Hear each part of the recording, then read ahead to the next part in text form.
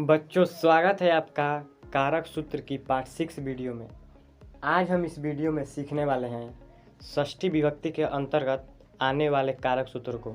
इनमें पहला सूत्र है संबंधे षष्ठी, यानी कि संबंध कारक में षष्ठी विभक्ति होती है। जैसा कि आप पहले उदाहरण में देख सकते हैं कि राम और उसके घर के बीच के संबंध को दर्शाया गया है, इसलिए हमने राम के साथ षष्ठी विभक्ति का प्रयोग किया है। ठीक उसी प्रकार आप दूसरे उदाहरण में देख सकते हैं कि मोहन और उसके बगीचे के बीच के संबंध को दर्शाया गया है, इसलिए हमने इस वाक्य का संस्कृत अनुवाद बनाते वक्त मोहन के साथ षष्ठी विभक्ति का प्रयोग किया है।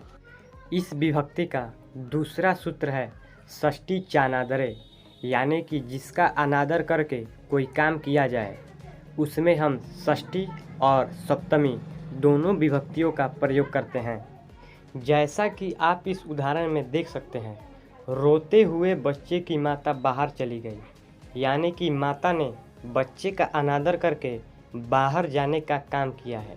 इसका मतलब है कि इस वाक्य में बच्चे का अनादर किया गया है, इसलिए हमने इस वाक्य का संस्कृत अनुवाद बनाते वक्त बच्चों के साथ ही षष्ठी विभक्ति का प्रयोग किया है। षष्ठी विभक्ति का तीसरा सूत्र है यतश्च निर्धारणम, यानी कि यदि कुछ व्यक्तियों और वस्तुओं में तुलना करके किसी को श्रेष्ठ बताया जाए, तो हम उसमें षष्ठी और सप्तमी दोनों विभक्तियों का प्रयोग करते हैं। जैसा कि आप इस उदाहरण में देख सकते हैं कि यहाँ पर वाक्य लिखा गया है कवियों में कालिदास श्रेष्ठ है, यानी कि कवियों में तुलना की गई है और उनमें कालिदास को श्रेष्ठ बताया गया है।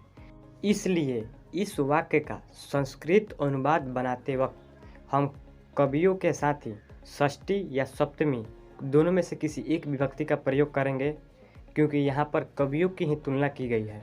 और हाँ, इस वाक्य के नीचे लिखे गए दोनों संस्कृत अनुवाद सही हैं, क्योंकि एक षष्ठी विभक्ति के अंतर्गत आता है और दूसरा सप्तमी विभक्ति के अंतर्गत आता है।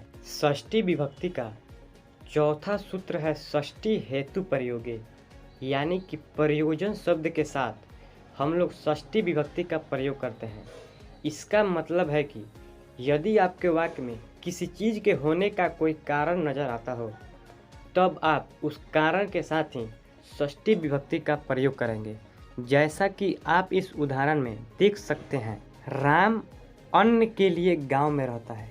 इस वाक्य में आप समझ सकते हैं कि राम का गांव में रहने का सिर्फ एक ही कारण है और वह है अन्न। इसलिए हमने इस वाक्य का संस्कृत अनुवाद बनाते वक्त अन्न के साथ षष्ठी विभक्ति का प्रयोग किया है।